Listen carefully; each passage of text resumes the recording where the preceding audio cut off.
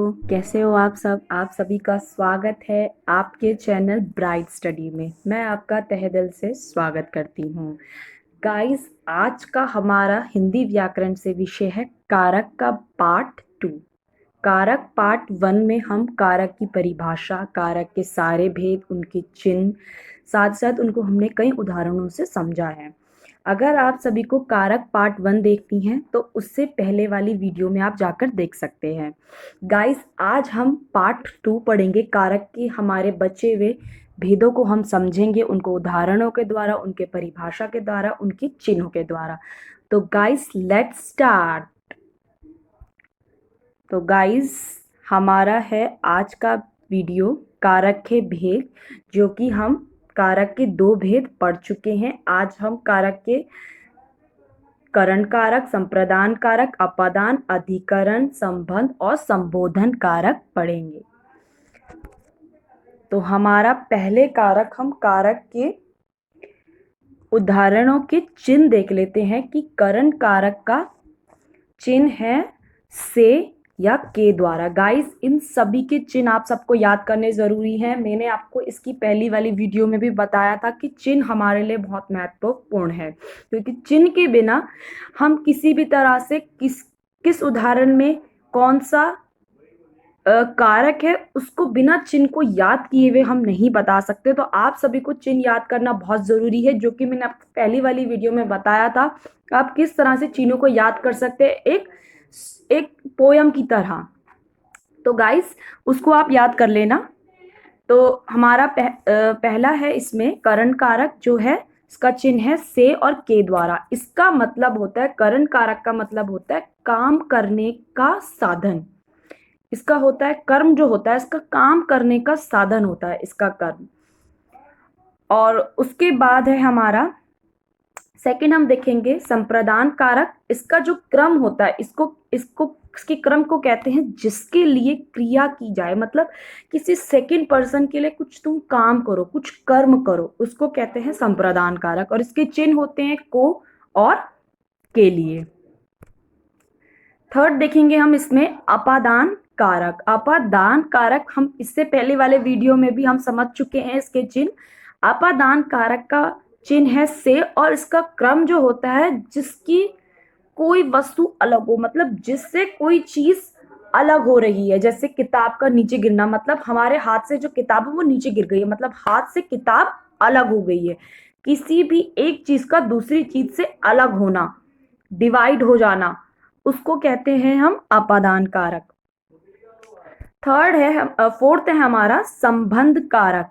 संबंध कारक के चिन्ह है के, का, के, रे, री, ना, ने, नी, ये होते हैं इसके चिन्ह। और संबंध कारक का होता है जो शब्द का दूसरे शब्द से संबंध हो। मतलब जो शब्द जो है एक शब्द का दूसरे शब्द से, मतलब एक व्यक्ति का दूसरे व्यक्ति से संबंध हो।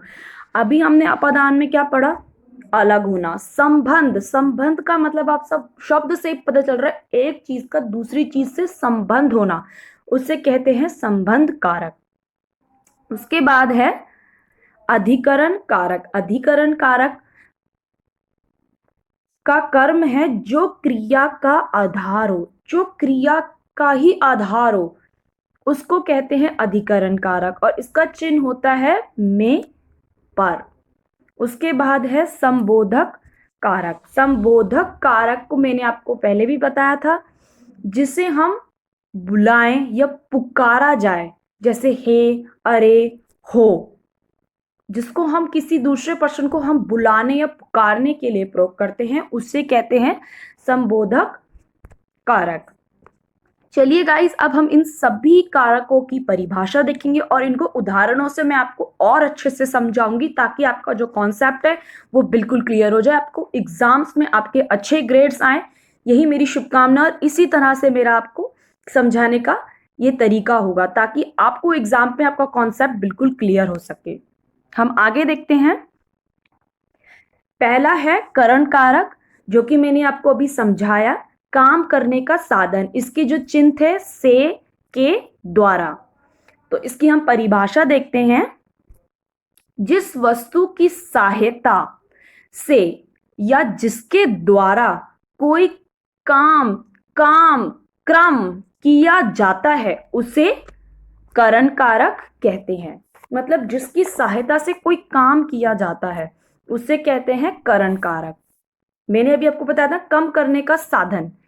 उदाहरण से समझते हैं इस चीज को। हम आंखों से देखते हैं, आंखों से देखते हैं का क्या मतलब है, से आप समझ गए होंगे। इसके जो ये चिन्ह है करण कारक के, से और के द्वारा, ठीक है। जो इसका उदाहरण है उसमें मैंने आपको बताया जैसे हम आंखों से देखते हैं। अगर मेरे पास आंखें हैं तभी तो मैं देख रही हूँ कि ये फूल सुंदर है, ये पेड़ सुंदर है, ये व्यक्ति बहुत अच्छा है, ये व्यक्ति बहुत सुंदर है, ये कपड़े बहुत अच्छे हैं, हम कपड़े चॉइस करते हैं, कुछ भी बुक्स देखते हैं, हमारे पास आंखें हैं तभी तो हम देख रहे हैं। मतलब आंखों के द्वारा हम वो चीज देखते हैं, उसको कहते हैं करण कारक। सेकंड उदाहरण भी देख लेते हैं। वह कुल्हाड़ी से वृक्ष काटता है। कुल्हाड़ी और वृक्ष सेम, जैसे आंखों से देखा हमने कुल्हाड़ी, अगर उस व्यक्ति के पास कुल्हाड़ी नहीं हो तो वो वृक्ष काट पाएगा? नहीं काट पाएगा। कुल्हाड़ी है तभी वो सारे वृक्ष की कटाई कर रहा है, छटाई कर रहा है, तभी तो वो कर पा रहा है ना। तो मतलब एक का दूसरे का साथ होना जरूरी है, एक का काम करने का साधन कोई चीज होनी जरूरी है, तभी वो काम पूर्ण हो सकता है, हम उस चीज को कर सकते हैं, उसी को कहते हैं करण कारक। तीसरा उदाहरण देख लेते हैं। मुझे अपनी कमाई से खाना मिलता है। अगर उस व्यक्ति काम करता है तभी तो उसको कमाई मिल रही है और तभी तो उसकी नीड, उसको खाना, उसको हर चीज मिल पा रहा है। अगर व्यक्ति नौकरी ना जाए तो उसका खाना मिल पाएगा, उसकी नीड्स फुलफिल हो पाएगी? नहीं हो पाएगी। मतलब हम एक कदम बढ़ेंगे तो हमें दूसरा कदम हमें आपस में मिल जाएगा। अगर क्लास में आप सबको पढ़ा रही हूँ, आप सब पढ़ रहे हो, अगर आप ना पढ़ो और एग्जाम देने चले जाओ तो आप एग्जाम में पास होगे? नहीं। आपका एग्जाम में अच्छे नंबर नहीं आ पाएंगे। जो आप चाहते हो कि हमारे क्रो 30 में से 30 आए, 29 आए, आप के 20 रह जाएंगे? नहीं ना। तो इसीलिए आप सभी को एक चीज के लिए दूसरा स्टेप, मतलब एक क्रम का काम करने का साधन होना जरूरी है, उस चीज का होना जरूरी है। इन सभी को ही करण कारक कहते हैं। गाइस हम आगे चलते हैं, आगे देखते हैं। उसके बाद है संप्रदान कारक। इसके चिन्ह मैंने आपको बताया था, के लिए और को, जो कहते हैं जिसके लिए क्रिया की जाए, यानी कि किसी दूसरे पर्सन के लिए, चाहे तुम अच्छा काम करो, उसकी मदद करो, उसके लिए कोई चीज लेकर आओ, उसके लिए तुम गिफ्ट लेकर आओ, कुछ भी करो, दूसरे व्यक्ति के लिए तुम कुछ भी काम करो, कुछ करो, उसको ही संप्रदान कारक कहते हैं। जैसे कि उसकी परिभाषा से देखते हैं, जिसके लिए कोई क्रिया, यानी कि कोई क्रिया, कोई काम की जाती है उसे संप्रदान कारक कहते हैं, उसी को ही संप्रदान कारक कहते हैं। यानी किसी दूसरे पर्सन के लिए तुम कोई काम करो, क्रम करो, उसको ही संप्रदान कारक कहते हैं। इसको उदाहरण के द्वारा और अच्छे से समझ लेते हैं गाइस। पहला उदाहरण से हम समझते हैं, मेरे लिए दूध लेकर आओ। लिए आप समझ गए होंगे, लिए, के लिए, ये जो है ये इसके चिन्ह है, संप्रदान कारक के इसके चिन्ह हैं। मेरे लिए दूध लेकर आओ, मतलब एक व्यक्ति दूसरे व्यक्ति को कह रहा है कि मेरे लिए दूध लेकर आओ। ये दूध खाना भी हो सकता है, ये कपड़े भी हो सकते हैं, कुछ भी हो सकता है, कि मेरे लिए ये चीज लेकर आओ। इसको कहते हैं संप्रदान कारक। यानी कि एक व्यक्ति ने दूसरे व्यक्ति के लिए वो चीज किया, वो कर्म किया, ठीक है। जैसे आप कर्म करोगे तो आपको सफलता अपने आप मिलेगी। आप कर्म करोगे मतलब आप मेहनत करोगे तभी तो आपको वो चीज मिलेगी ना। तो मतलब एक चीज के लिए आपने एक चीज की तो दूसरा चीज आपको हुई। वैसे ही सेकंड उदाहरण हम देखते हैं, माँ बेटे के लिए सेब लाई। इसमें माँ बेटा दो आ गए, मतलब माँ बेटे के लिए सेब लाई है।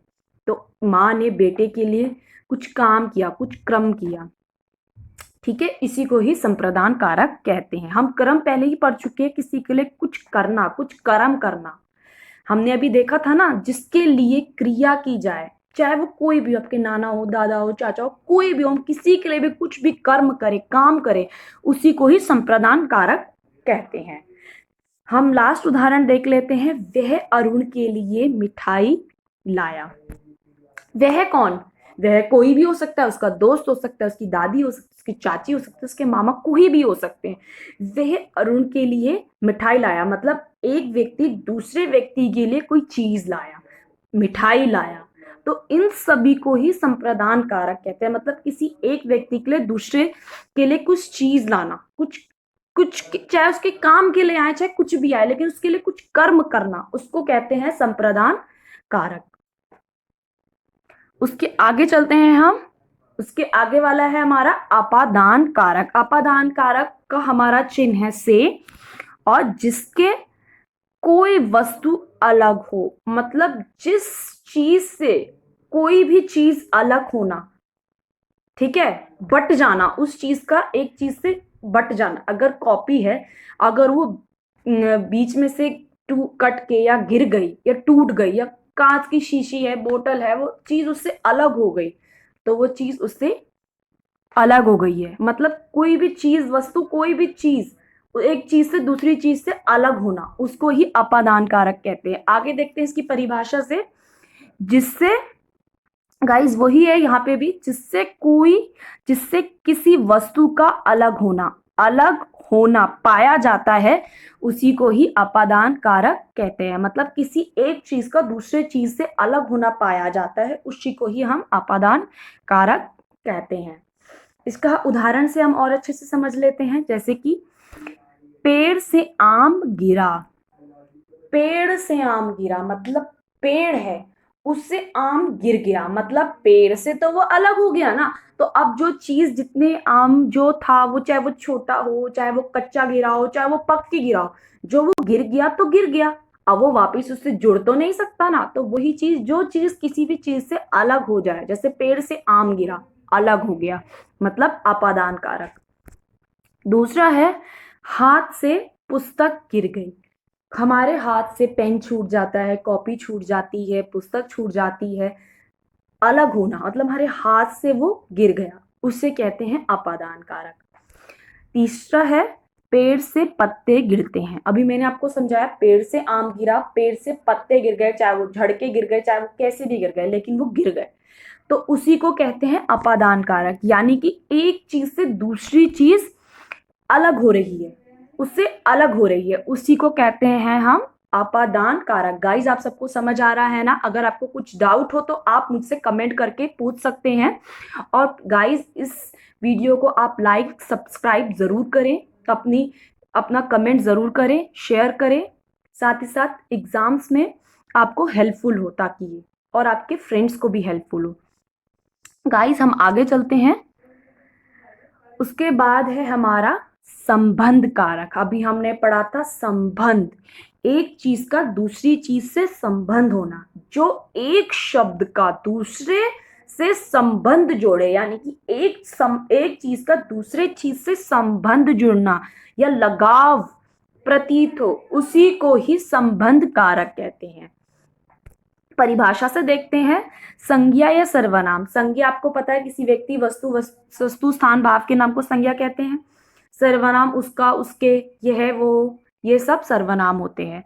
कि जिस रूप से किसी अन्य शब्द चाहे वो व्यक्ति हो, वस्तु हो, स्थान हो, भाव हो, कुछ भी हो, उससे संबंध या लगाव का प्रतीत हो, उसे संबंध कारक कहते हैं। उसे संबंध कारक कहते हैं, यानी कि एक चीज का दूसरी चीज से जुड़ना, जुड़ाव होना, उसी को ही संबंध कारक कहते हैं। जो कि इस शब्द से ही समझ आ रहा है, संबंध कारक, संबंध कारक। इसको हम एग्जाम्पल से और अच्छे से जान लेते हैं। जैसे कि सीतापुर मोहन का गांव है। गाइस आपको ये समझ आ गया होगा, इसके जो चिन्ह है, को, के, की, ठीक है, ना, ने, नी, ये सारे जो शब्द होते हैं, चिन्ह होते हैं, ये सब संबंध कारक के चिन्ह हैं। सीतापुर मोहन का गांव है। जो सीतापुर एक जगह है, एक स्थान है, वो मोहन का गांव है। वहां मोहन रहता है, वो उस जगह का, चाहे आपके नाना दादा दादी किसी भी स्थान पर रहते हो, मतलब एक स्थान जो संज्ञा है उससे जुड़ रहा है ना। तो स्टार्टिंग में हमने कारक में क्या पढ़ा था, यही तो पढ़ा था, क्रिया को पूरा करने में योगदान देने वाला, चाहे वो संज्ञा से हो सर्वनाम से हो, उसको पूरा करता है, उसकी भूमिका को किसी ना किसी भी रूप से पूरा करेगा, उसी को ही तो हमने कारक पढ़ा था ना, वही। तो दूसरा उदाहरण हम देखते हैं। अब दूसरा उदाहरण देखते हैं। सेना के जवान आ रहे हैं, सेना के जवान आ रहे हैं, मतलब जो सेना के जो फौजी है, वो जो जवान है वो आ रहे हैं, चाहे वो दिल्ली आ रहे हैं, चाहे वो गांव जा रहे हैं, चाहे वो अपने घर जा रहे हैं, कहीं भी आ रहे हैं जा रहे हैं, वो एक जगह के एक सेना के जवान है, मतलब संबंध जुड़ रहा है, सेना के जवान है, सेना के जवान है वो। ठीक है। उसके बाद देखते हैं, यह सुनील की किताब है, जैसे मैं ये बोलूं कि ये रोहन की किताब है, ये सूरज की बुक है, ये सीता का पेन है, ये रमेश की कॉपी है, मतलब ये इस चीज की है। हम बोलते हैं ना कि नहीं नहीं नहीं, ये तुम्हारी नहीं, ये तो रमेश की कॉपी है, ये सीता की कॉपी है, ये सीता का पेन है, मतलब ये इसकी है, ये तुम्हारी नहीं है, ये इसकी है, मतलब इसका इस चीज से संबंध है, इसका इस चीज से संबंध है। हम बोलते हैं ना कभी कभार, जब कभी किसी को जब कोई कॉपी ले रहा होता है तो हम बोलते हैं नहीं ये तुम्हारी नहीं है, ये तो सीता की है, ये तो सीता की किताब है, ये तो इसकी किताब है, ये तो इसका पेन है, ये तो इसकी पुस्तक है, ये तो इसका रबर है, ऐसे ही तो बोलते हैं ना। जिसका जिसके साथ संबंध जोड़े, जो शब्द जो एक शब्द का दूसरे शब्द के साथ संबंध जोड़े, उसी को ही संबंध कारक कहते हैं। गाइस आगे चलते हैं, हम देखते हैं। उसके बाद है अधिकरण कारक। अधिकरण कारक जो कि इसके हैं चिन्ह, में और पर, और इसको क्या कहते हैं, जो क्रिया का आधार है, जो कर्म का आधार है, उसी को ही अधिकरण कारक कहते हैं। जैसे कि शब्द के जिस रूप से क्रिया का आधार का बोध होता है, उसे अधिकरण कारक कहते हैं। क्रिया के आधार का बोध होता है, क्रिया के आधार का बोध होता है, उसी को ही अधिकरण कारक कहते हैं। इसको हम उदाहरण से समझ लेते हैं और अच्छे से। पुस्तक मेज पर रखी है, जो एक चीज है, एक वस्तु है, वो इस जगह पर रखी है ना, मतलब जो कोई भी चीज है वो इस जगह पर रखी है। ठीक है, मतलब इसका आधार ये है, मतलब ये इसके ऊपर रखी है, इसका आधार है, में पर इसके कारक चिन्ह है, अधिकरण कारक के चिन्ह है। दूसरा उदाहरण देख लेते हैं। पानी में मछली रहती है, पानी में मछली रहती है, मतलब पानी मछली एक दूसरे से जुड़ी है, इसका आधार ये है, अगर पानी से मछली को हटा दिया जाए तो वो तो मर जाएगी, तो इसीलिए उसका आधार वो है, वो उस जगह रहती है, मतलब पानी में मछली रहती है। तीसरा है, फ्रिज में सेब रखे हैं, फ्रिज में सेब रखे हो, सब्जियां रखी हो, फ्रूट्स रखे हो, कुछ भी रखे हो, मतलब वो उस जगह रखे हैं, मतलब ये इसका आधार है, फ्रिज सेब के आधार है, मतलब ये इसका आधार है, मतलब क्रिया का आधार है, जो क्रिया का आधार हो, जो कर्म का आधार हो, उसी को ही कहते हैं अधिकरण कारक। हमारा जो लास्ट है वो अब हम देख लेते हैं, संबोधन कारक। संबोधन कारक के चिन्ह है, जो मैंने अभी आपको बताया ही था, पुकारने या बुलाने के लिए जो प्रयोग किया जाता है, पुकारने और बुलाने के लिए जो प्रयोग किया जाता है, उसी को ही संबोधन कारक कहते हैं। इसकी परिभाषा देखते हैं। जिन शब्दों का प्रयोग किसी को बुलाने या पुकारने में किया जाता है, उसे संबोधन कारक कहते हैं। जैसे कि है ईश्वर रक्षा करो, हम बोलते हैं ना, है ईश्वर रक्षा करो, बोलने में, है ना। सेकंड है, अरे बच्चों शोर मत करो, हम बोलते हैं ना, बाहर बच्चे खेल रहे होते हैं, अरे अरे बच्चों शोर मत करो, यहाँ ये काम हो रहा है, यहाँ ये काम चल रहा है।